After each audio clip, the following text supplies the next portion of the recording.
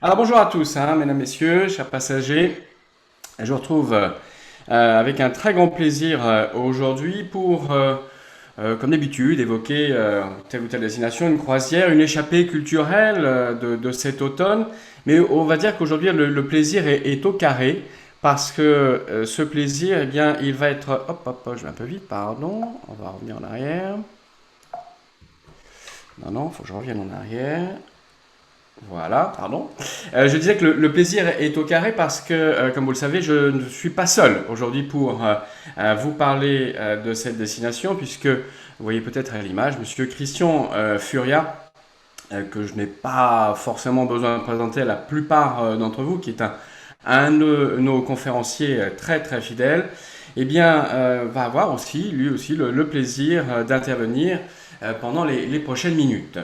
Euh, je vais effectivement, il va nous rejoindre parce qu'il nous rejoindra également le jour pendant cette échappée culturelle, pendant ces 3 jours, il aura l'occasion d'intervenir aussi sur place à la fin du mois d'octobre, donc à Lyon. Christian, et peut-être vous le savez, est tout aussi lyonnais que moi.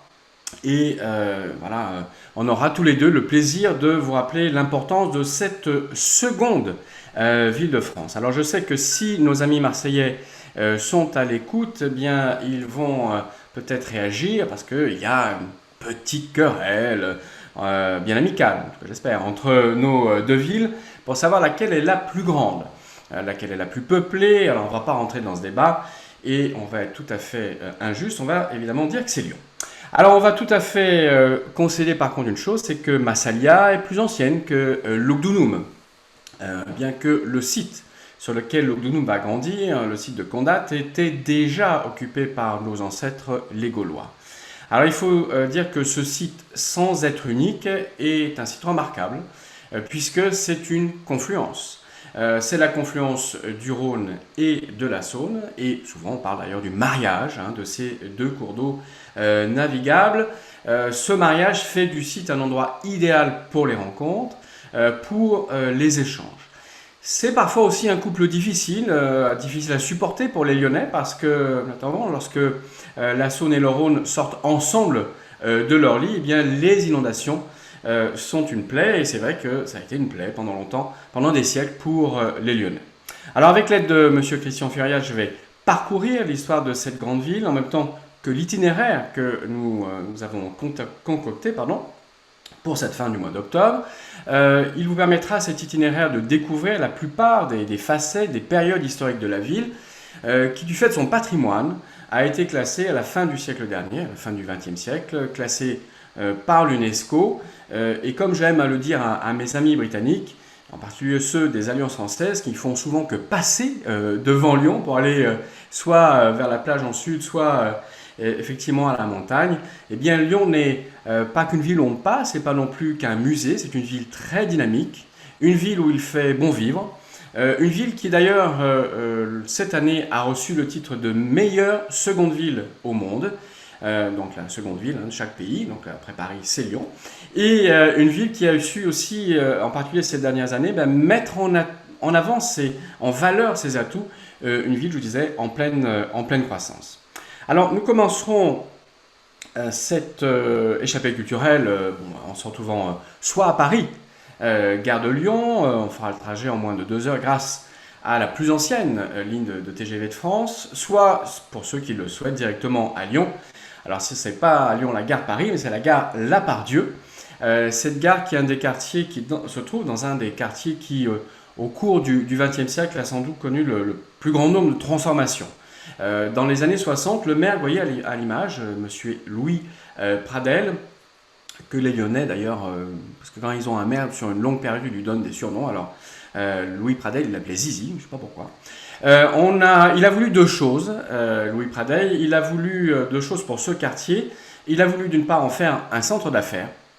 Et ça a été une très bonne idée parce que Lyon a vu son centre d'affaires bien fructifier. Et c'est le second de France après celui de la Défense à Paris. Un quartier qui est donc toujours très dynamique, qui reçoit, eh bien, par exemple, on voit régulièrement construire, et on a repris ces dernières années, la construction de gratte-ciel, qui donc s'élève dans cet horizon de la part Dieu. Et puis ce maire, il avait une vision qui, voilà, à l'époque on disait c'était une vision très moderne, puisqu'il pensait que, bah, voilà, il voulait s'inspirer du modèle américain, il voulait faire de Lyon une ville à l'américaine, alors ça veut dire avec la voiture présente partout.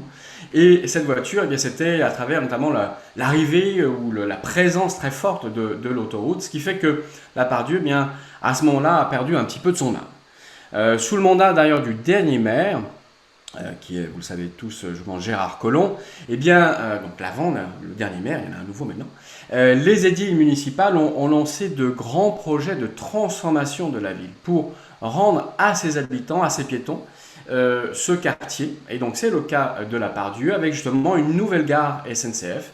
C'est un des éléments et la gare est en cours de transformation. Alors une fois que voilà, tout ça pour vous dire qu'on se retrouve à la Part-Dieu et en autocar, eh bien on va rejoindre l'un des quartiers les plus anciens de cette métropole lyonnaise. On va se retrouver sur la place des terreaux.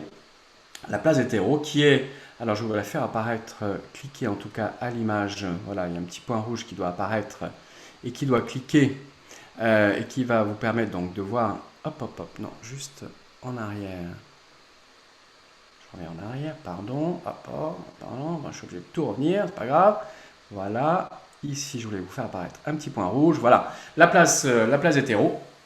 Donc, cette place des terreaux qui, ma foi, est un des cœurs de la ville, si vous voulez, un petit peu. C'est l'aboutissement naturel d'une rue très connue à Lyon, qu'on appelle la rue de la République, que les Lyonnais appellent familièrement la rue de la Ré. C'est vrai que c'est aussi, eh bien, cette place des terreaux, un petit peu l'endroit où on a le pouvoir politique qui est en place. La place est dominée par cet énorme bâtiment, vous voyez ici, qui est en fait l'hôtel de ville. On a également quelque chose de magnifique. Alors voilà, ça cliquait, mais c'est voilà, cette superbe fontaine qui est la fontaine Bartholdi, une fontaine de la fin du XIXe siècle, une fontaine de plus de 20 tonnes de plomb. Alors pourquoi je vous cite le poids, c'est parce qu'en fait, malgré sa masse et son volume, eh bien, on l'a déplacé à plusieurs reprises. Et voilà, on a dans les années 92 du XXe siècle, 1992, on a changé la place de cette fontaine qui était autrefois en face de l'hôtel de ville. Cette fois-ci, on l'a placée, eh bien, lorsqu'on a réaménagé la place, avec l'aide d'ailleurs d'un architecte parfois un petit peu contesté qui s'appelle Pierre Buren. Je vais vous faire voir un petit peu la place. Voilà. Alors, vous pouvez peut-être voir un petit peu, il y a des grands carrés sur la place. Et un peu plus vers là, en fait, c'est même des petites fontaines qui ont été aménagées, des petits jets d'eau au milieu de ces carrés. Bon, alors, certains parlent plutôt du massacre plutôt que de l'aménagement de la place des terreaux par Pierre Buren. Mais en tout cas, la fontaine Bartholdi est dès lors en face de ce musée des Beaux-Arts. Vous avez maintenant à l'image. Et ce musée des Beaux-Arts, ça sera notre premier arrêt, première visite sur le site du musée des Beaux-Arts. Se trouvait en fait sur l'un des plus anciens, sans doute, monastères de la Gaule, un monastère fondé vers le VIe siècle. Cette presqu'île, elle va être la zone d'expansion naturelle dès la fin de l'Antiquité. Les populations de l'Antiquité, je vous en parlerai, bien vivaient davantage sur les collines, sur la colline de Fourvière, la colline de la Croix-Rousse. Sans doute le manque d'eau, le manque d'entretien des systèmes hydrauliques, eh bien, fait que voilà, les populations vont commencer à descendre et vont s'installer sur une terre qui n'est pas aussi évidente que cela parce que c'est une terre mouvante, cette terre de la presqu'île. C'est une terre entre deux eaux, elle n'est pas aussi stabilisée qu'elle est de nos jours, c'est même plutôt des petites îles, il n'y a pas encore d'uniformisation, mais on va mettre des siècles comme ça à stabiliser cette presqu'île.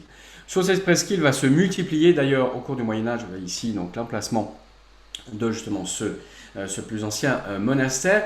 Et justement au Moyen-Âge, eh bien, on a une multiplication de fondations religieuses, d'églises, d'abbayes, de monastères, à tel point que la guerre de religion, cette opposition entre catholiques et protestants, eh bien, va entraîner la destruction d'un certain nombre de ces monuments religieux au cours du XVIe siècle. Et d'une certaine façon, ça a fait de la place. Ça a fait de la place sur la presqu'île. On a eu un peu plus d'espace. Alors, l'abbaye des Dames de Saint-Pierre va être refondée justement au XVIIe siècle, après cette guerre de religion, sous le règne de Louis XIV. C'est une abbaye royale bénédictine, parmi les plus riches du royaume. qui accueille bien entre 60 à une soixantaine de sœurs issues pour l'essentiel de la noblesse. Le bâtiment est imposant, vous voyez ici le dessin qui représente ce bâtiment. Alors on voit bien l'emplacement de l'ancienne église et puis la nouvelle partie de ce monastère, vous voyez avec finalement un enclos et un jardin à l'intérieur de ces 4 bâtiments, 4 ailes ordonnées donc autour d'un cloître. Sous la Révolution française, les sœurs vont être expulsées en 1792.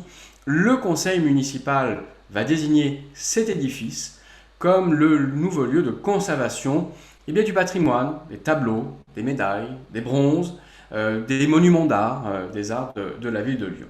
Et alors, période napoléonienne oblige, en 1801, le décret Chaptal va instituer la mise en place de collections de peinture dans 15 villes de France. C'est l'acte fondateur du musée des Beaux-Arts de Lyon. Le musée du Louvre va participer à sa fondation en envoyant quelques 110 œuvres, dont cette œuvre que vous avez sous les yeux, à savoir l'Adoration des mages de Pierre-Paul Rubens. Alors, au fil du siècle et du 19e siècle, le palais est, on va dire, amélioré, mis au goût du jour, les salles sont agrandies, les escaliers modifiés, la collection aussi va grandir, elle va s'étoffer en peinture, en sculpture, en œuvres d'art historique.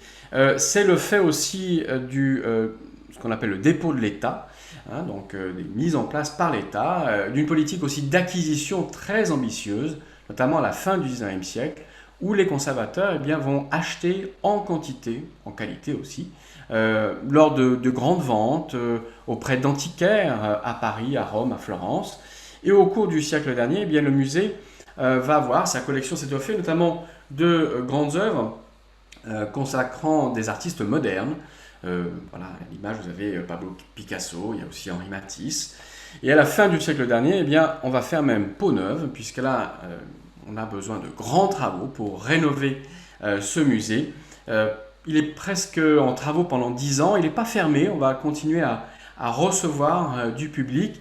C'est un architecte qui s'appelle Jean-Michel Villemotte qui va s'occuper de restructurer ce musée. De nos jours, il y a plus de 7000 m2 avec quelques 70 salles dans ce musée des Beaux-Arts. C'est vraiment un musée très, très important. Alors, on ne va pas parcourir, même en courant, ces 70 salles. Il est impossible d'ailleurs de tout voir en une seule visite, puisque ce musée offre une sorte de panorama des grandes civilisations de l'Antiquité à nos jours.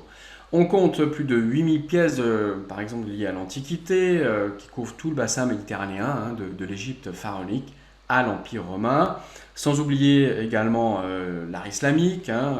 Bon, là, on voit effectivement le travail d'artistes et d'artisans qui ont excellé sur le travail de l'ivoire, sur l'orfèvrerie, sur l'émaillerie. C'est presque 14 siècles d'histoire des arts décoratifs que possède également le musée. Et puis l'un des trésors du musée, c'est quand même aussi sa collection de peintures, une collection maîtresse avec plus de 3000 pièces, 3000 peintures. On y trouve les grands maîtres européens.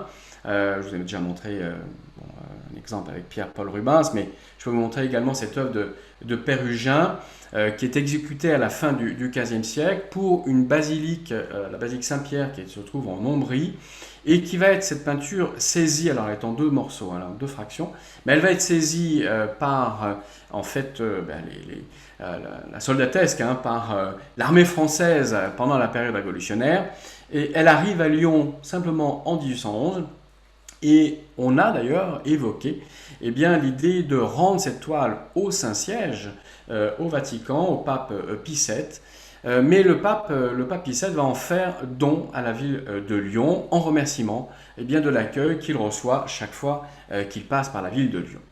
Quant à la partie supérieure, justement, je vous disais, c'est une peinture en 2 parties. Cette partie supérieure, où Dieu le Père est représenté, encadré par 2 anges, elle ne va rejoindre le musée que 140 ans plus tard, en 1952. Le Pérugin est connu pour avoir expérimenté ce qu'on appelle la répartition symétrique des apôtres, et c'est ce qu'on voit très bien sur cette image, un procédé qui va être repris par son plus célèbre élève, c'est Raphaël.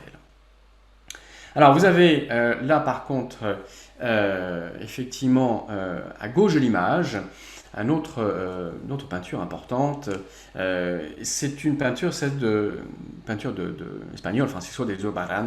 Et là, vous voyez Saint François, ou plutôt la dépouille momifiée du corps de Saint François, debout, tel que l'aurait vu 2 siècles après sa mort le pape Nicolas V. Bon, évidemment, c'est un miracle qui est mis à l'image par Francisco de Zurbarán. Cette toile qui va être donnée par la reine Marie-Thérèse d'Espagne à un couvent de Lyon, le couvent des Collinettes, et il fait partie de ses premiers tableaux achetés par le musée au début du XIXe siècle. Alors moins sinistre, mais tout aussi spectaculaire, c'est ce portrait de femme que vous avez à droite de l'image, un portrait de femme donc, qui appartient à l'école hollandaise. C'est un portrait qui est assez stéréotypé. On connaît la jeune femme, voilà, elle a une position un peu, bon, voilà, qui est assez répétitive. Mais ce qui est splendide, c'est le costume. Le costume est absolument magnifique. Il y a une lumière qui fait, alors je ne sais pas si vous arrivez à percevoir avec la qualité de l'image, mais la lumière va miroiter un petit peu sur le satin de sa jupe, sur les plumes également de son éventail. On voit effectivement une certaine brillance sur ces plumes de cet éventail. Elle porte des bijoux absolument superbes, une énorme chaîne d'or. Donc là, évidemment, c'est le statut social qui est mis en avant. Elle a des bijoux, elle a des perles, elle a des bagues. Et puis elle a, alors quelque chose qui est un petit peu voilà, qu'on ne peut pas rater, c'est cette énorme fraise, ce col à la mode qui vient d'Italie. Alors la mode est sans doute passée par Lyon parce que, après tout, Lyon va pendant très longtemps une porte d'entrée avant même d'être dans le Royaume de France, mais une fois dans le Royaume de France, eh bien Lyon va rester cette porte d'entrée avec notamment l'Italie.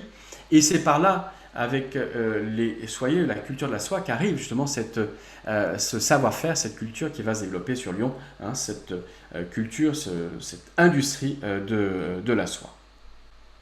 Alors, les grands maîtres français eh bien, sont aussi présents, bien sûr, au Musée des Beaux-Arts de Lyon. Vous avez sous les yeux, eh bien, à gauche, une œuvre de Jean-Auguste Dominique Ingres, qui s'intitule L'Arétin. C'est l'envoyé de Charles Quint auprès de l'Arétin. L'Arétin étant en fait une sorte de... comment on appelle ça? Il est connu pour ses pamphlets.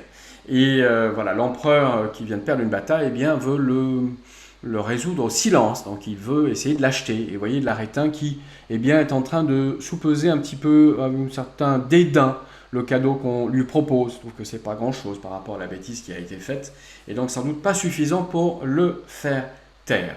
On a une superbe peinture là avec des couleurs, vous voyez, notre regard est absorbé par le jaune magnifique justement de ce costume du porteur du message, du cadeau. La forme des costumes par exemple.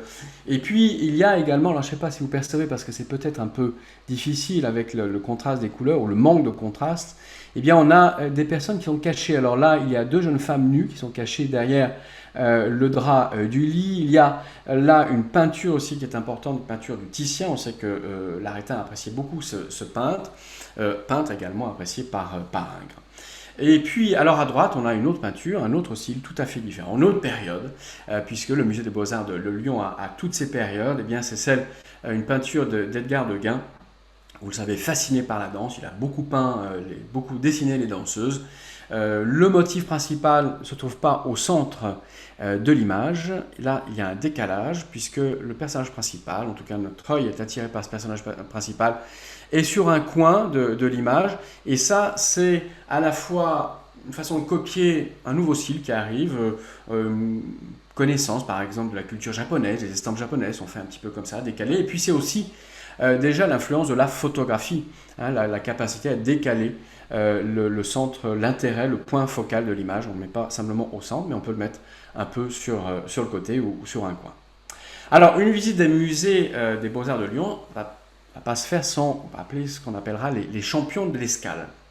Et Lyon a donné eh bien, une école de peinture qui s'est développée, cette école de peinture, au cours du XIXe siècle.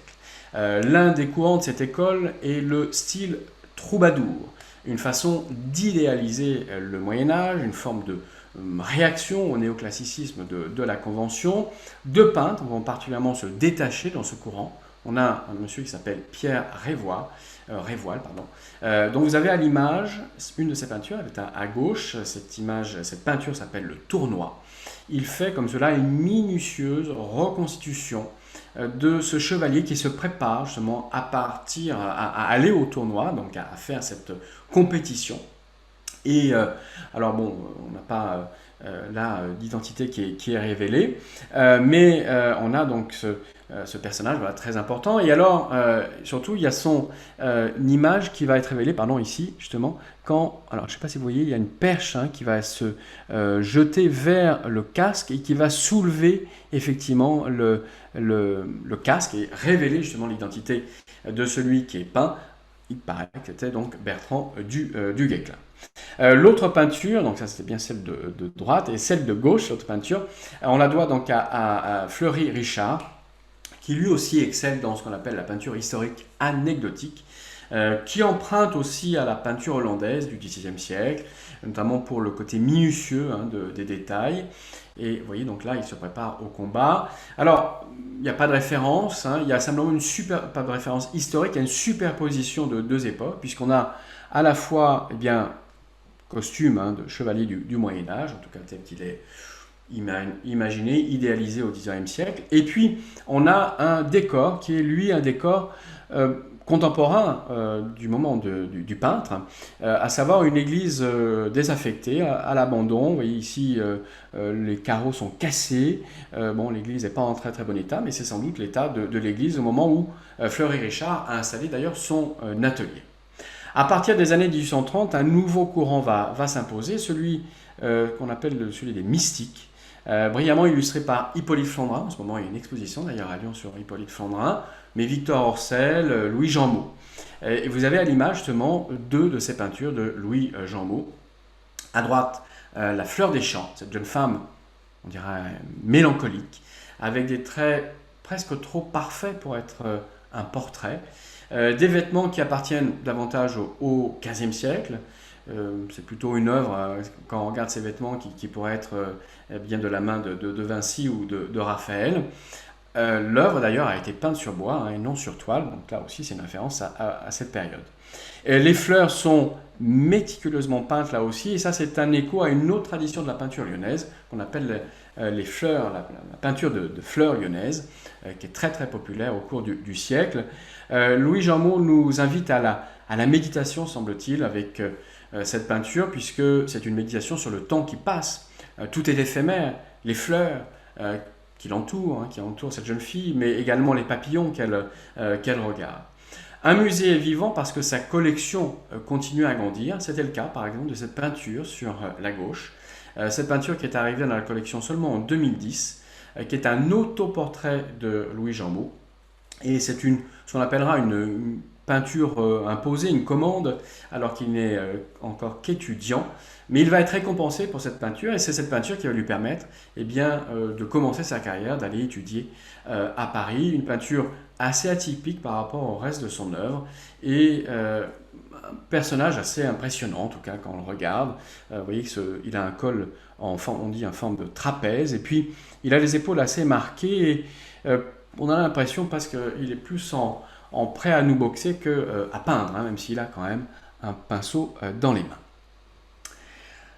Alors, voilà, après avoir visité, on va dire, l'essentiel de ce temple de l'art, qui est le musée des Beaux-Arts de Lyon, eh bien, on va faire une pause déjeuner qui sera bien méritée, et nous passerons à ce moment-là par un bouchon. Vous savez, c'est un de ces petits restaurants lyonnais qui participe à la renommée de la gastronomie locale. Solidement restauré, on va continuer notre visite lyonnaise par la découverte donc d'une de ces deux collines. Et c'est vrai que lorsqu'on est sur la place d'Hérault, on pourra aller vers l'une ou vers l'autre, mais la colline de la Croix-Rousse est un petit peu plus près. Et on va comme cela se rendre dans la maison des Canuts. La maison des Canuts, c'est à la fois un lieu historique et un lieu de mémoire. À la fin du XIXe siècle, ce lieu abritait le siège du syndicat des tisseurs et similaires. Et de nos jours, vous voyez ici à l'image, eh bien c'est le musée de la soierie lyonnaise, de ces soyeux qu'on appelait donc à Lyon les Canuts. Alors on n'est pas tout à fait certain de l'origine, de l'étymologie de ce mot canut. Sans doute c'est l'hypothèse la plus souvent relevée, c'est celle de la proximité avec le mot canette, hein, qui est la bobine de soie. Ce qui est plus certain, c'est que l'introduction du tissage de la soie, je vous disais tout à l'heure, ça vient d'Italie, eh bien c'est deux Turinois qui vont faire la richesse de cette ville, de certains de ses habitants. Une richesse qui va être consolidée par le monopole de ce tissage offert à la ville par le roi François Ier. On est en 1536. Ce musée des Canuts, c'est un petit musée hein, par rapport au grand musée qu'on aura fait le matin. Un petit musée, 3 salles d'exposition, un atelier qui permet de comprendre cette industrie, de comprendre son histoire, une histoire parfois tragique. Si on évoque par exemple la révolte des Canuts, l'évolution de la production, sa modernisation, notamment la mise au point de ce métier à tisser jacquard qui, en contrepartie, va faire disparaître une grande partie de la main-d'œuvre. Vous comprendrez aussi que la soie n'appartient pas qu'au passé, que le savoir-faire lyonnais est toujours très apprécié, toujours très recherché. Alors écoutez quelques instants. La vidéo n'est peut-être pas d'une très grande qualité, mais écoutez le son. C'est le son justement d'un métier et d'un soyeux en action.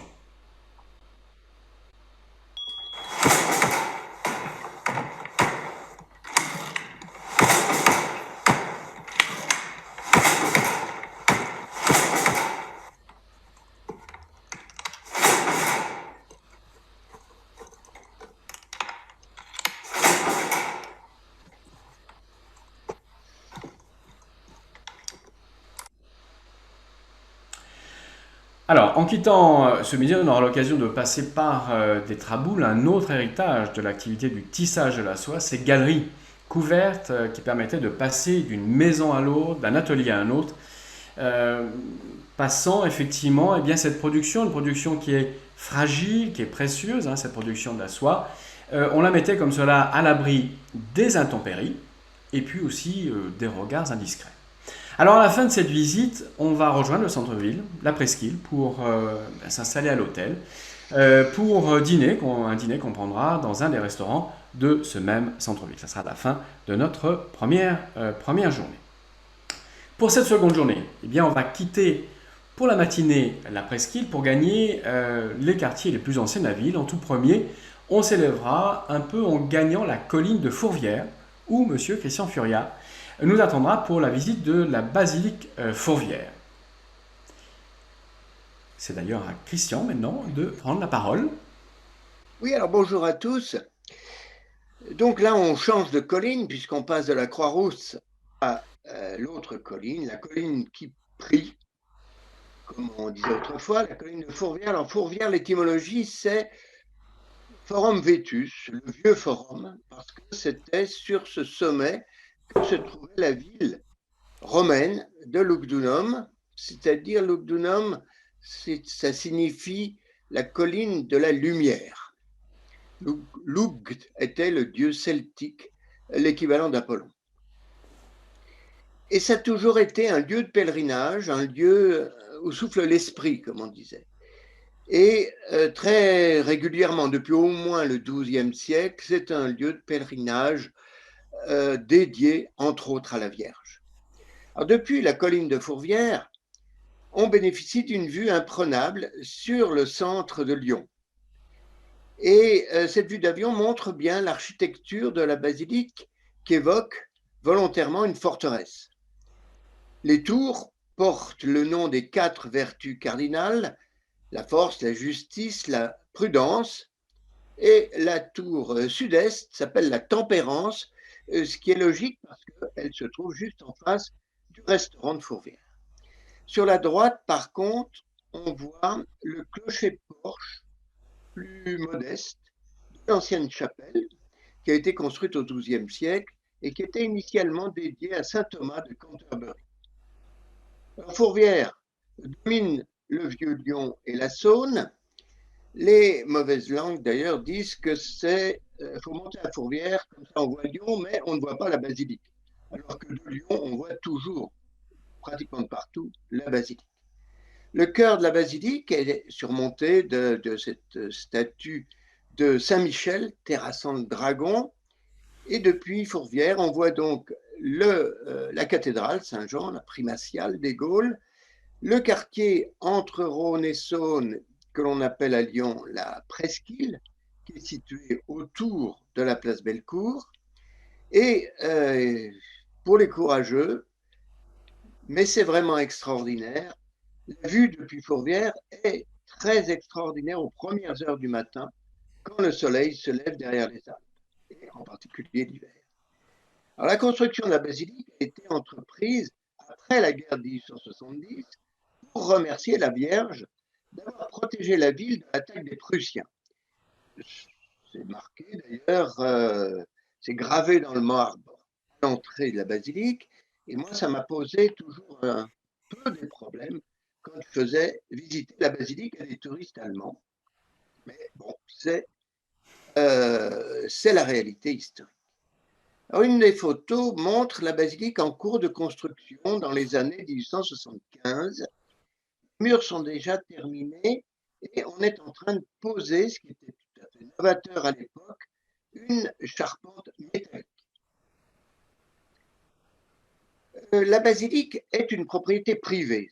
Elle a été créée grâce à la fondation de Fourvière, qui en est toujours propriétaire. Donc ça a eu des avantages et des inconvénients. Des avantages, croyait-on, lors de la séparation de l'Église et de l'État, dans la mesure où c'était une propriété privée. Des inconvénients dans la mesure où ce sont cette fondation qui doit payer les travaux. Alors déjà au départ, ça a été difficile. La vie initiale était de un peu plus d'1 700 000 francs or, ce qui était déjà une somme intéressante. Sauf qu'en 1896, quand le gros œuvre a été terminé, on avait déjà dépensé plus de 10 millions de francs or. La conséquence, c'est que pratiquement une bonne partie de la décoration extérieure n'a pas pu être terminée. Ce sont des pierres d'attente qui auraient dû être sculptées, mais qui donnent un côté presque moderne à l'extérieur de la basilique. L'architecte de la basilique est Père Bossan, qui va utiliser un style que l'on appelle maintenant éclectique, que l'on retrouve dans d'autres édifices construits à la même époque, que ce soit le Sacré-Cœur à Paris ou Notre-Dame de la Garde à Marseille, que l'on appelle traditionnellement le style romano-byzantin et qui aurait été inspiré à Bossan lors d'un voyage en Sicile. La statue de la Vierge qui avait été placée bien avant la construction de la basilique au sommet du clocher-porche roman est due à Fabiche, Joseph Hugues Fabiche. L'inauguration de cette statue a eu lieu le 8 décembre 1852 et c'est cette inauguration qui est à l'origine de la fête des Illuminations qu'on fête habituellement le 8 décembre à Lyon et qui s'appelle maintenant la fête des Lumières. Après cette statue, Lyon, Fabiche fera la statue de la Vierge pour la grotte des apparitions de Lourdes. La façade occidentale que l'on voit, c'est un porche qui évoquerait l'exonarthex des églises byzantines. Il y a 3 arcades sculptées. Au-dessus, on voit les 4 évangélistes. Ensuite, une galerie qui est soutenue par des anges guerriers qui défendent le sanctuaire et un fronton dont la sculpture symbolise la charité lyonnaise.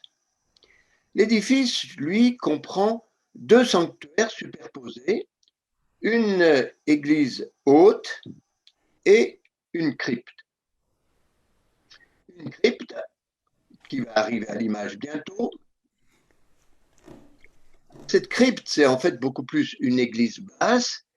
Elle est très vaste, la décoration est relativement austère et pour l'architecte, c'était le lieu où le public devait venir se purifier avant de monter dans l'église haute. Alors cette crypte est dédiée à Saint Joseph. L'église haute extrêmement décoré. Cette décoration est voulue, ça veut symboliser en fait la Jérusalem céleste. Là, on a une vue qui montre la contrefaçade ouest, et au milieu, vous voyez un tableau de Victor Orcel, qui, lui, comme Jean Mot, appartenait à l'école mystique de Lyon, cette école dont Cédric a déjà parlé et qu'on appelle parfois les peintres de l'âme. En l'occurrence, ça représente la Vierge protégeant Lyon de l'épidémie de choléra des années 1831 et 1832. Alors la nef est couverte par 3 coupoles. Ces 3 coupoles que l'on va bientôt voir, on va passer l'image suivante. Voilà. Ces 3 coupoles sont soutenues par 16 colonnes en marbre bleu de la Carentaise. Ces coupoles sont contrebutées par des voûtes saintes, mais transversales, qui contrebutent la voûte. Alors, la nef est éclairée par des lustres modernes, et on voit tout au fond de l'image donc l'autel principal de la basilique. Image suivante. Donc l'autel est fait en manière de baldaquin à la manière des églises paléochrétiennes. Voilà, avec bien sûr une statue de la Vierge. Fourvière est célèbre parce que les murs et les coupoles sont entièrement recouverts de mosaïques. On va voir les mosaïques, maintenant on va voir certaines mosaïques. C'est un des lieux de France où il y a le plus de mosaïques. Ces mosaïques ont été faites progressivement à la fin du 19e siècle et en grande partie aussi au 20e siècle. Alors, certaines représentent, au total, il y a 6 grandes mosaïques latérales qui représentent l'intervention de la Vierge Marie dans l'histoire de France ou dans l'histoire de l'Église. Alors, on a vu rapidement sur la diapo précédente la Vierge qui est proclamée Mère de Dieu, Théotokos, au concile de Nicée, et celle-là représente la bataille de Lépante, qui s'est faite le jour de la fête du rosaire, c'est pour ça qu'il y a une relation avec la Vierge, et on voit à gauche la vision du pape. Donc, moi j'en ai terminé. Fourvière est très célèbre à Lyon. C'est très attaché à la spiritualité lyonnaise. Un mot avant de passer la parole à Cédric. Lyon a une double spiritualité, une spiritualité religieuse extrêmement importante, mais il faut pas l'oublier, une spiritualité laïque extrêmement importante aussi pour ceux qui connaissent un peu la spiritualité laïque. Il ne faut pas oublier que Villermoz, qui a joué un rôle très important au XIXe siècle, était lyonnais et a fondé un certain nombre de loges à Lyon. Voilà, j'en ai terminé pour le moment. Merci, merci Christian. Alors on va vite te retrouver. On va profiter de cette présence sur la colline de Fourvière pour visiter le musée gallo-romain. On pourrait dire que c'est là que tout a commencé, bien que on va dire que cette assertion mérite quand même d'être affinée. Mais c'est sur cette colline que la colonie de vétérans fondée au 1er siècle avant notre ère, eh bien c'est là qu'elle va grandir. Elle grandit vite, elle va se doter de ce qu'on appelle le mobilier urbain romain habituel, des monuments qui, par leur ampleur, ont survécu à des siècles de négligence, des siècles de maltraitance.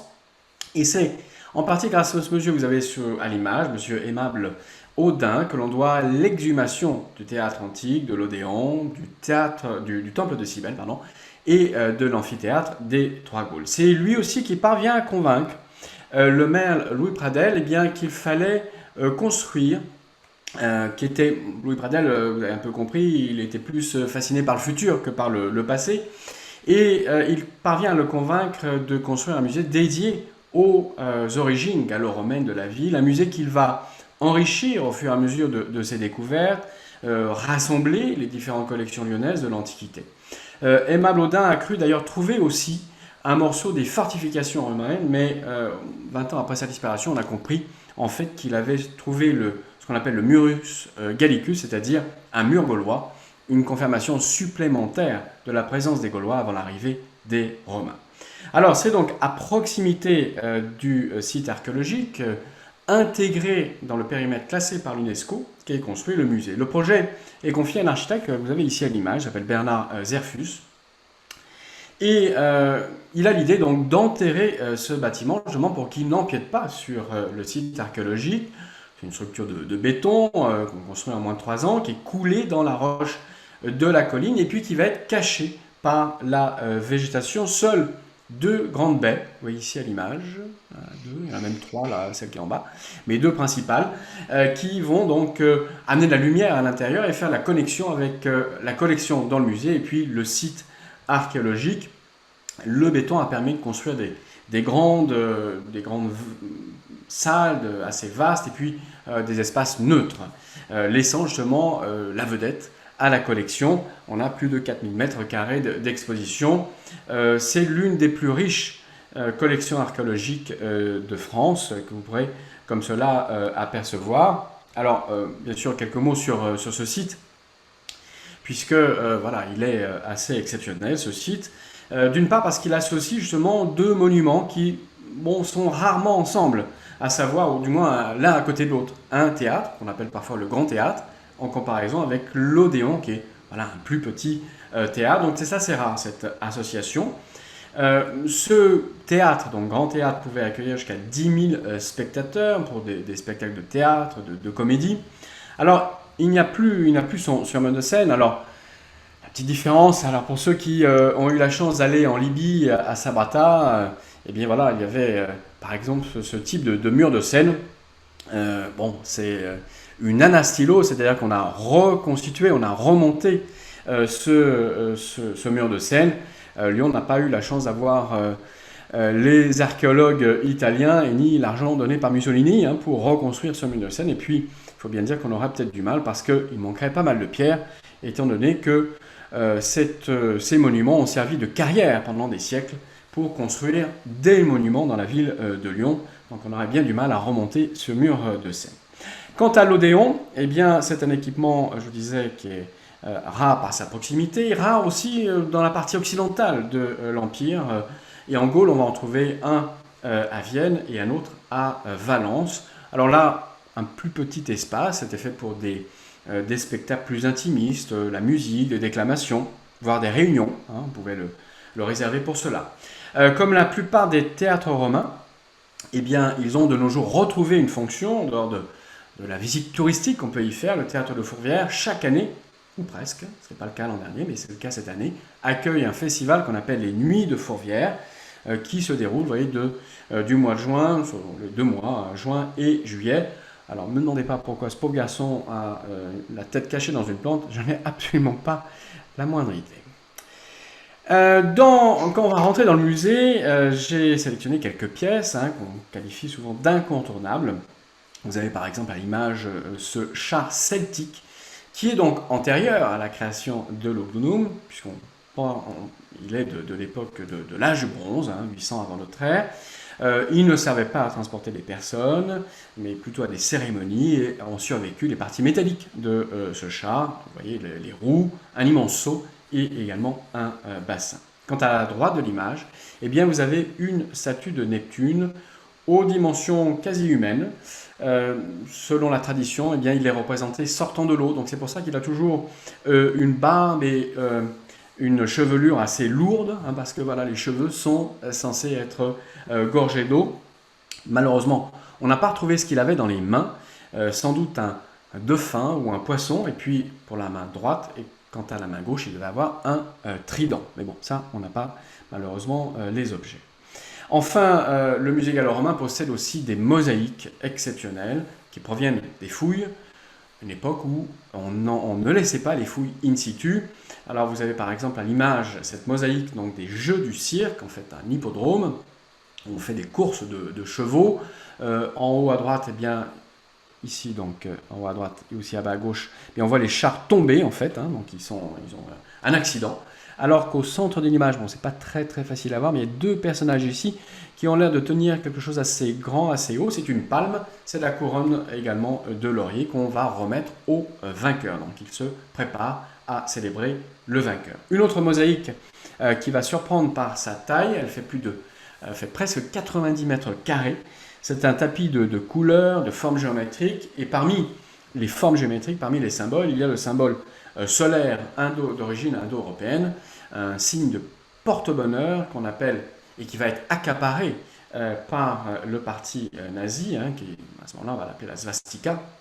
Cette mosaïque, elle a été retrouvée comme cela en 1911 à quelques centaines de mètres du musée. À la fin de la visite, eh bien, on va quitter ce musée, on va quitter la colline de Fourvière pour rejoindre la plaine et en contrebas, dans un espace assez réduit au Moyen Âge et à la Renaissance, eh bien, voilà, c'est le quartier qui va s'épanouir. On va retrouver la cathédrale Saint-Jean-Baptiste et surtout on va retrouver eh bien, notre cher Christian Furia. Merci. Donc là, vous avez une vue traditionnelle de Lyon, c'est-à-dire la juxtaposition des deux sanctuaires. En haut, la basilique Notre-Dame de Fourvière et en bas, la cathédrale Saint-Jean, Saint-Jean-Baptiste, abbatiale des Gaules. La construction de cette cathédrale Saint-Jean-Baptiste s'est étalée sur 3 siècles, de 1175 à 1480. Mais auparavant, il y avait ce qu'on a appelé le groupe cathédral paléochrétien qui remonte au début du christianisme au IVe, au Ve siècle. Ce groupe cathédral comprenait de gauche à droite une église Sainte-Croix, ensuite une église Saint-Étienne qui était en fait le baptistère dans ce groupe cathédral, et puis une église Saint-Jean qui au départ devait, d'après les descriptions que l'on en a, devait ressembler aux basiliques de Ravenne par exemple. Par-dessus, donc, on va construire à partir du XIIe siècle une église gothique, un bâtiment gothique en croix latine. Les deux clochers latéraux se trouvent sur les bras du transept et dénotent les influences de la cathédrale de Genève ou bien la cathédrale de Lausanne, qui, vous savez, Genève n'est pas très loin de Lyon. Alors, en ce qui concerne la façade occidentale de la cathédrale, elle s'ouvrait sur une cour intérieure du groupe cathédral et on aperçoit sur la droite la façade romane, c'est le seul élément, un des plus importants éléments romans de ce groupe cathédral, la façade romane de l'ancien cloître et qui a été transformée ultérieurement en manécanterie. Par contre, la fontaine que vous avez au centre, néo-renaissance, est de Dardel, elle de la restructuration de la place au XIXe siècle. Bien sûr, il faut venir à Lyon pour le 8 décembre.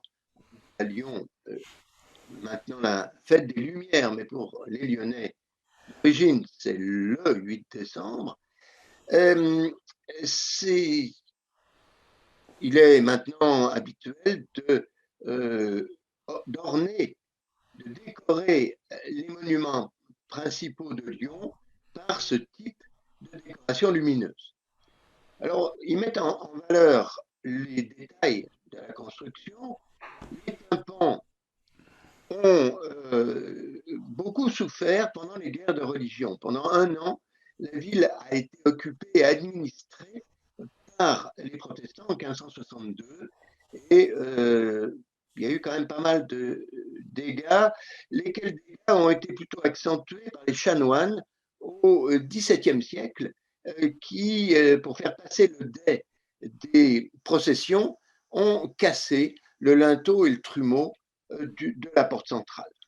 Alors, en ce qui concerne les archivoltes de la porte centrale, un détail qui est presque amusant, vous regarderez quand vous viendrez le voir, ce sont des anges musiciens qui décorent les archivoltes.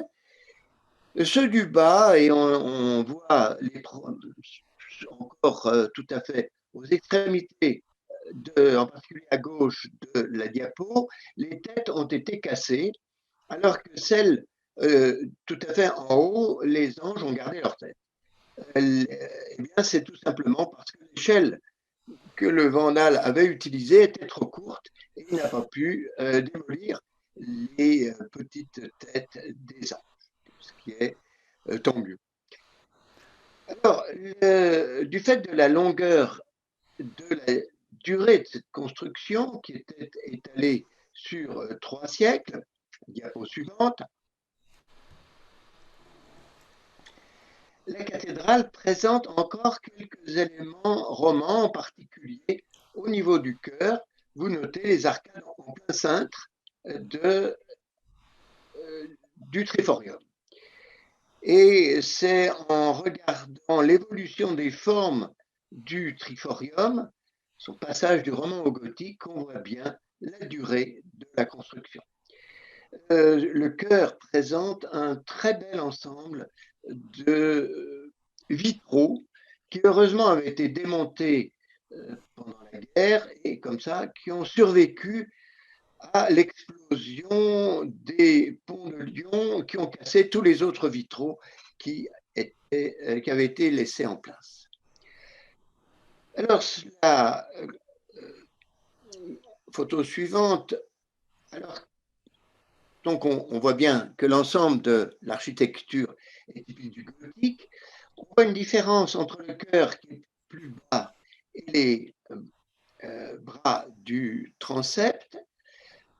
La nef comporte un certain nombre d'archaïsmes et une influence germanique. Le Saint-Empire, la ville était traversée par la frontière entre le royaume de France et le Saint-Empire romain germanique. C'était la Saône qui faisait la frontière.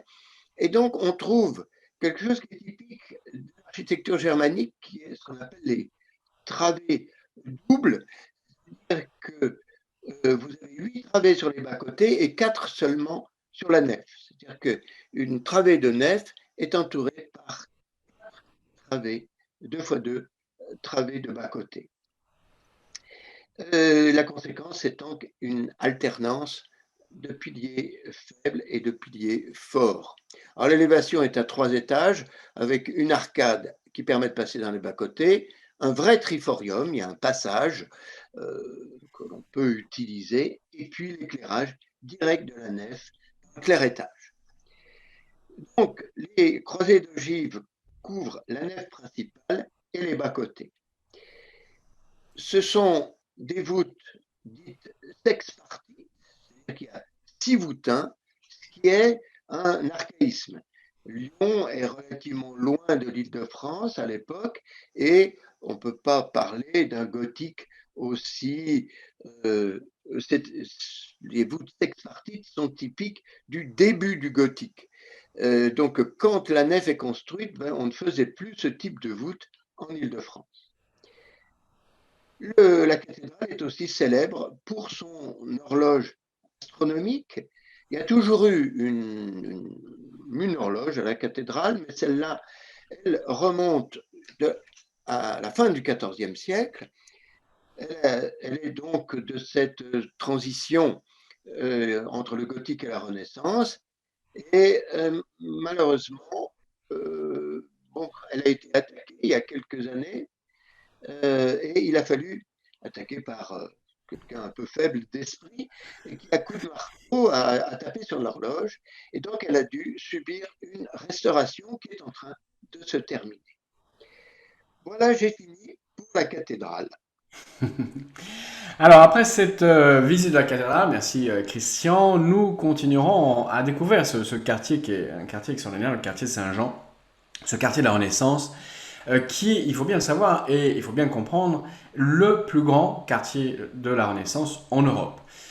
qui en plus aurait pu être détruit si Monsieur Louis Pradel, vous allez croire que j'insiste beaucoup, je n'aime pas, mais quand même, Monsieur Louis Pradel, si on ne l'avait pas un peu arrêté dans ses projets, parce que là, il voulait mettre une autoroute aussi, et bon, on l'a arrêté, et on a comme cela, eh bien, ce quartier exceptionnel. Alors, dans ce quartier, il y a le musée de l'histoire de la ville de Lyon, qui est installé dans l'hôtel de Gadagne, qui, depuis tout juste un siècle, puisque voilà, cette année, on fête le centenaire de l'installation de ce musée dans cet hôtel, dans ce bâtiment, eh bien, voilà, on a ce musée très important. L'hôtel est par lui-même, on va dire, un joyau du patrimoine lyonnais. C'est le plus grand bâtiment Renaissance au cœur de ce quartier historique, inscrit donc au patrimoine mondial de l'UNESCO. La cour est magnifique, des escaliers à vis, des cheminées monumentales, un plafond peint des 15e et 16e siècles, et il y a même un jardin au dernier étage. Quant au musée de l'histoire de Lyon, eh bien c'est quelques 80 000 artefacts qui évoquent tous tous les visages de la ville, capitale des Gaules, ville de la soie, des banques, des révoltes ouvrières, des industries de l'automobile, chimique, pharmaceutique, de l'invention du cinéma, et également la ville de la gastronomie. Alors, on va commencer d'ailleurs cette évocation de la gastronomie juste par ce petit bout de, on dirait un morceau, on dirait un caillou, hein, ou une éponge. En fait, c'est un petit bout de pain noirci, il ne date pas d'hier, puisque c'est l'un des souvenirs de la Révolution française et un des souvenirs les plus dramatiques, ou une période les plus dramatiques, quand Lyon va se révolter contre la Convention parisienne. Lyon va être encerclé, bombardé. Elles ne seront pas pendant l'été 1793.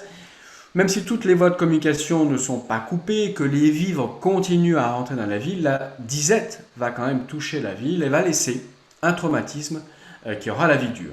Voilà pourquoi on a ce petit morceau de pain qu'on a comme cela conservé. Alors, quand on parle de gastronomie, on parle de capitale gastronomique, et ça c'est dû à un monsieur qui était, vous avez ici à l'image, en fait c'est on va dire qu'il a un certain volume, et c'est peut-être la conséquence de son activité. C'est un critique culinaire, il s'appelle Maurice Edmond Saillant, il a un surnom, il se fait appeler Kurnonski, et c'est lui qui va dire, qui va faire de Lyon, il la déclare capitale mondiale de la gastronomie. Et depuis la fin du XIXe siècle, eh bien, ce sont les femmes qui sont au fourneau. C'est elles qui font la réputation des tables lyonnaises. Ces anciennes cuisinières de maisons bourgeoises installées à leur compte et qui préparent comme cela eh bien, une cuisine à partir des produits du marché. Alors c'est une cuisine qui est à la fois simple mais raffinée et qui s'appuie surtout sur la diversité des produits régionaux. C'est là qu'on voit l'intérêt de la situation géographique, presque géostratégique de Lyon par rapport à cette diversité culinaire. Les volailles de Bresse, les poissons des Dombes, la viande du Charolais, les fromages et la crème du Dauphiné, les fruits de la Drôme, les vins du Beaujolais. Voilà, ça c'est pour vous mettre en appétit tout ça. La plus célèbre d'entre elles, de ces dames, eh bien vous l'avez ici à l'image. Alors elle a un regard assez perçant. Elle s'appelait Eugénie Brasier. Eugénie Brasier. Elle ouvre son restaurant comme cela en 1921. Le musée a conservé, et c'est ce qui est ici à l'image, eh bien l'enseigne de son restaurant. Elle aura 2 restaurants, mais elle est la première femme eh bien, à obtenir 3 étoiles Michelin. Hein, et un savoir aussi qu'elle a transmis, et qu'elle a transmis à l'autre grand cuisinier de l'histoire de Lyon, à savoir M. Paul Bocuse. Et puis, je vous montre là quelque chose de tout à fait différent. Tout à fait à gauche de l'image, pardon, vous avez une louche, grande louche, de fer blanc. C'est celle d'une autre dame qui s'appelle Madame Clotilde Bisolon. Elle va être célébrée, rendue célèbre parce que elle va, eh bien, pendant la Première Guerre mondiale, s'installer, mettre en place ce qu'on appelle le déjeuner du soldat. C'est une commerçante lyonnaise, c'est la mère d'un soldat, et au tout début de la guerre, 1914, dans la proximité de la gare de Perrache, eh bien, elle va offrir un bol de café aux soldats qui sont en transit. Et grâce à elle, eh bien, Lyon va, on va dire, se mettre en action un petit peu pour justement participer à l'effort de guerre et pour accueillir quelques 80 000 soldats blessés et d'autres encore plus de soldats en transit. Alors elle recevra d'ailleurs à la fin de la Première Guerre mondiale la Légion d'honneur justement pour cette action. Voilà, donc les différents artefacts, je vais vous montrer quelque chose, ce qu'on peut voir un petit peu dans ce musée de l'histoire de Lyon. Après la visite de ce musée et du quartier Saint-Jean, eh bien, on va rejoindre notre hôtel. Ce sera l'occasion de traverser la Saône par l'un des ponts ou passerelles qui, comme cela, enjambent cette rivière. Et puis pour notre dernière journée à Lyon, eh bien, on va rejoindre euh, le sud de la presqu'île et découvrir ce qu'on appellera un nouveau quartier. Alors, c'est assez original parce que, en général, quand une ville grandit, elle grandit vers l'extérieur. Bien, à Lyon, on a eu la possibilité de grandir à l'intérieur. Voilà, il y a une vingtaine d'années, les édiles municipales ont lancé la transformation de tout un quartier, en fait tout un secteur, le secteur qui est au sud de la gare de Perrache, le quartier donc qu'on va appeler le quartier de la Confluence. Les abattoirs, la prison, les dernières industries, tout cela a été déplacé, retiré, fermé. Et à la place, eh bien, on a un vaste programme de construction d'immeubles, d'habitations, des bureaux, des services. On y trouve par exemple les bureaux de la télévision Euronews, le conseil régional s'est installé là aussi ces dernières années. Il y a un centre commercial, des espaces de loisirs. On a fait appel comme cela à des grands architectes. C'est un projet très ambitieux hein, pour la taille de la ville. Et puis surtout, on a essayé aussi de respecter, de mettre en place des exigences environnementales importantes qui sont attachées au développement de ce quartier. Et pour couronner ce quartier, pour couronner ce projet, tout au bout de la presqu'île, eh bien, on a voulu construire un musée. Alors, vous l'avez ici à l'image en construction, ce musée. C'est déjà bien avancé la construction.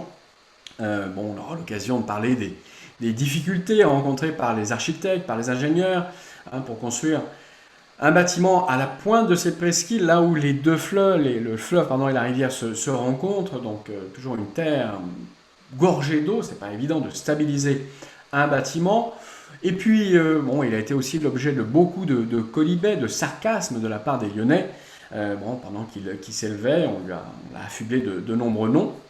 Mais voilà, au cours de la construction, eh bien, le bâtiment s'est imposé et on peut dire que c'est un succès parce que voilà, on a réalisé à la fois un objet absolument magnifique et puis surtout on a concrétisé les intentions de ce musée. Alors c'est un succès de la part de la fréquentation. Il y a plus de 700 000, il y a eu 700 000 visiteurs, c'était en 2019, bon 2020 c'était un peu particulier. Ça fait plus de 4 millions de visiteurs entre 2014, l'année de son ouverture, et 2015. La collection permanente, comme les expositions, repose sur l'idée du croisement des idées, du croisement des regards, en fait la philosophie de la rencontre, hein, celle de la confluence. Le musée a reçu en héritage plus de 2 millions d'objets qui couvrent un demi-millénaire d'histoire entre le XVIIe et nos jours. Le point de départ est toujours de la collection. Ça va être toujours le point de départ si vous voulez, des expositions. Puis on va associer donc à partir de la collection eh bien, d'autres sciences, hein, d'autres savoirs, bon, des techniques par exemple.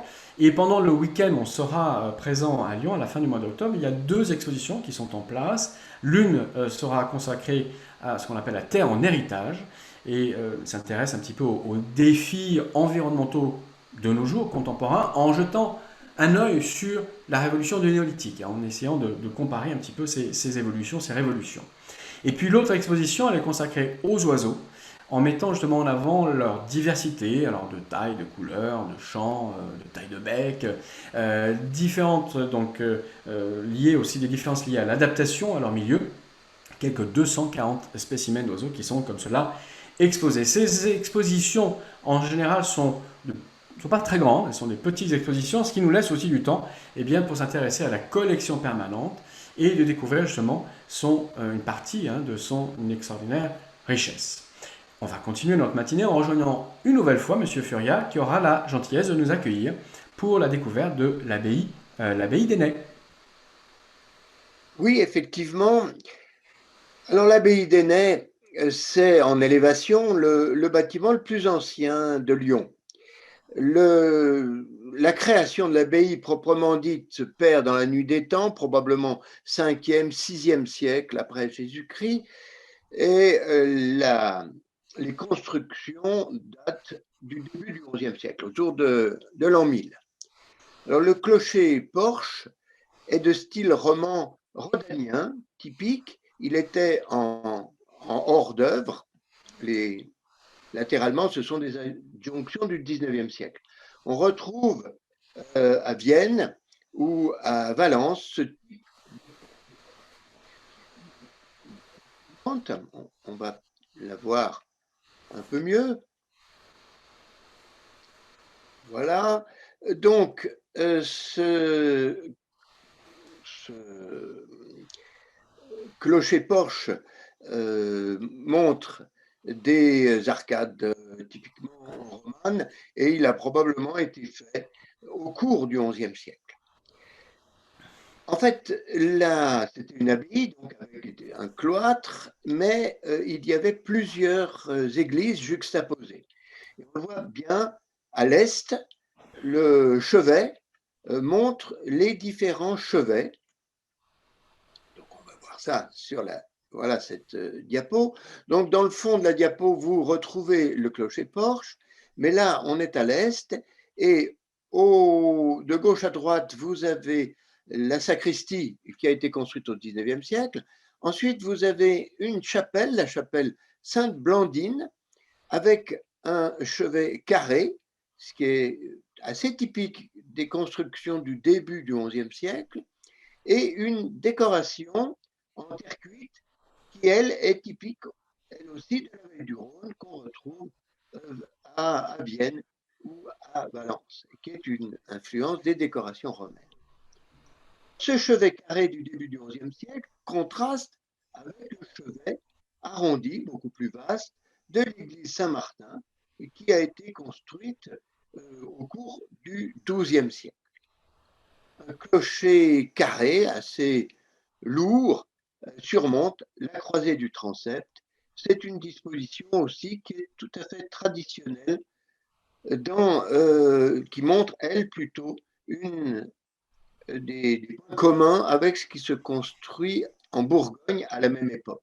Et comme disait Cédric au sujet de la gastronomie, pour l'architecture, Lyon est aussi un carrefour entre la Provence et la Bourgogne. Alors malheureusement, tous les bâtiments monastiques ont été détruits au XVIIIe siècle et au XIXe siècle. Depuis la Révolution, l'église n'est plus une abbaye, c'est une église paroissiale. De l'origine, subsiste que ce tympan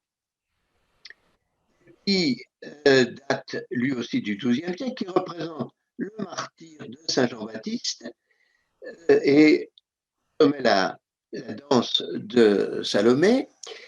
Par contre, les mosaïques sont, elles, néo-romanes du XIXe siècle. Il faut dire, il faut savoir que Ainet est l'église paroissiale du quartier le plus chic de Lyon. C'est d'ailleurs toujours là où le prix du mètre carré est le plus important. C'est ce qu'on appelle le quartier d'Ainet. Et le quartier d'Ainet, au XIXe siècle, mais aussi au XXIe siècle, était caractérisé par une vie paroissiale extrêmement importante. Moyennant quoi, on avait envisagé de démolir l'église dans les années 1830 parce qu'elle était trop petite pour accueillir les fidèles. Alors heureusement, on ne l'a pas démolie, mais on l'a agrandie, ce qui fait que cette église romane a aussi des parties importantes néo-romanes. Alors c'est ce qu'on va voir maintenant quand on rentre à l'intérieur. Alors quand on rentre à l'intérieur, il faut décrypter l'architecture, c'est-à-dire que ça c'est la nef principale romane avec une enfilade de colonnes qui date du XIIe siècle, qui volontairement voulait rappeler les nefs des basiliques romaines de l'époque, mais initialement la nef était charpentée, alors que maintenant il y a une voûte en briques, laquelle voûte est du XIXe siècle, de 1840. De même, il y a actuellement tout le bas-côté, mais les bas-côtés extérieurs sont aussi du XIXe siècle. Alors, seul le chœur est voûté. On va le voir sur cette diapo. Donc voilà le chœur, qui est un chœur roman tout à fait traditionnel, une abside principale, deux absidioles, une croisée de transept, un transept. Ça, c'était voûté d'origine. Par contre, la décoration, elle, est néo-romane. Et cette église d'Énée vient d'être restaurée il y a une dizaine d'années, et ce qui est la marque de l'évolution des mentalités, on a très soigneusement restauré la décoration néo-romane d'Énée. Donc, il y a tout un travail de décryptage pour distinguer les parties romanes des parties néo-romanes. L'ensemble restant cohérent, et puis Aîné est surtout célèbre. Alors vous voyez deux colonnes en granit venant d'Égypte. Alors en fait, ce sont des colonnes qui viennent d'un monument romain, du temple de Rome et Auguste, qui se trouvait, l'hôtel de Rome et d'Auguste, qui se trouvait initialement sur la colline de la Croix-Rousse. Ces énormes colonnes ont été coupées en deux pour en faire quatre, donc vous en voyez 2 sur 4 là, et elles ont été réutilisées pour la croisée du transept d'Énée, donc au XIIe siècle. Alors l'abside, on va voir l'abside maintenant, c'est une toile marouflée d'Hippolyte Flandrin, dont on a déjà parlé, dont Cédric a déjà parlé. Hippolyte Flandrin était lyonnais, il est né à Lyon en 1809. Il a fait sa carrière, il a été l'élève d'Ingres et il est un représentant très important de la peinture néoclassique. Mais il a beaucoup travaillé dans les églises. Il faut savoir que pratiquement l'ensemble de la décoration peinte de Saint-Germain-des-Prés à Paris a été faite par Hippolyte Flandrin. Alors ici à Lyon, il a donné cette toile qui a été collée ensuite et qui donne un faux aspect de mosaïque, mais ce n'est pas une mosaïque, il a réalisé cette œuvre en 1855, donc pour la basilique Saint-Martin d'Énée. Elle représente bien sûr le Christ, qui est entouré d'une part par la Vierge, par Sainte Blandine, qui est la martyre de Lyon de l'an 177, et Sainte Clotilde, parce qu'on pensait au XIXe siècle que Sainte Clotilde avait passé sa jeunesse à Lyon. De l'autre côté, c'est Saint Michel, qui joue un rôle traditionnel dans cette abbaye d'Énée, où il y avait une chapelle Saint-Michel très importante, et derrière, à genoux, c'est Saint-Potin, le premier évêque de Lyon, et puis Saint Polycarpe, qui a été aussi évêque de Lyon. La crypte qui est sous la chapelle Sainte-Blandine, cette crypte a été restaurée au XIXe siècle, et on a fait cette mosaïque avec le nom de la quarantaine de martyrs lyonnais de l'an 177. Donc, vous voyez le nom de Sainte Blandine. Alors, pourquoi ces noms de martyrs lyonnais à cet endroit-là? C'est que pendant longtemps, on a cru que les cendres des martyrs de 177 avaient été mis là et avaient été enterrés là. En fait, maintenant, on pense qu'ils étaient plutôt dans une autre église très importante de Lyon, qui est l'église Saint-Nizier. Alors, je vous montrerai cette église d'Énée avec plaisir, parce que c'est certainement une des églises les plus intéressantes de Lyon et à laquelle je suis particulièrement attaché, parce que c'est là où j'ai fait ma première communion. Voilà. Cédric, j'ai fini. Merci Christian. Alors, une fois qu'on aura quitté cette abbaye d'Aînay avec plein de souvenirs et d'émotions hein, pour Christian, bien sûr, on va rejoindre, on va prendre une pause déjeuner et puis on rejoindra cette fameuse place que vous avez ici à l'image, qui est la place Bellecour, qui est évidemment une place qui nous permet de voir et la basilique, de voir eh bien, cette superbe statue équestre de Louis XIV. C'est un endroit, cette statue aussi, tout ça est tout à fait emblématique de notre belle ville de Lyon. Et c'est là qu'on va effectivement vous quitter, hein, puisqu'on a, on a terminé cette évocation de notre programme. Mais il y a quand même deux points que je vais souligner ou vous recommander. Alors, le premier, eh bien, c'est peut-être de vous replonger, si vous les avez déjà vus ou si vous ne les connaissez pas. Voilà, vous pourrez voir à l'image en regardant à nouveau cette présentation. Vous aurez donc 8 films que j'ai comme cela sélectionnés qui vont de 1969 à 2019 avec des grands réalisateurs, des acteurs aussi célèbres. Et voilà, ça permet de voir Lyon un petit peu comme un décor, parfois comme un acteur, cette ville de Lyon, avec l'évolution des quartiers. Bon, imaginez bien que c'est pas la même ambiance que dans l'Armée des Ombres et Alice et le maire, c'est pas du tout la même ambiance, la même époque. Donc des quartiers qui évoluent, tous les genres sont représentés, il y en a pour tous les goûts. Donc ça c'est quelque chose peut-être à faire pendant cet été. Et puis quelque chose que vous pouvez faire ma foi très rapidement, autre point qui est celui de vous inscrire. Karine, Magali, William et Guillaume sont à votre disposition à l'agence pour faire cette démarche très importante, vous inscrire à nos voyages et en particulier bien sûr à ce séjour, cette échappée culturelle qu'on vous a présenté avec Christian. Donc quant à Christian et moi-même, eh bien, on va vous remercier pour votre attention, vous souhaiter un bel été et en ce qui me concerne, vous donner rendez-vous eh bien, comme cela.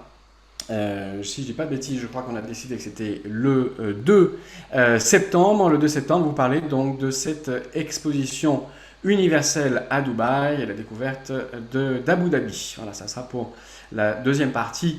Ça sera pour l'hiver 2021-2022, voilà, au début de l'année 2022. Mais je vous en parle donc dès le 2 septembre. Merci à tous pour votre attention et puis je vais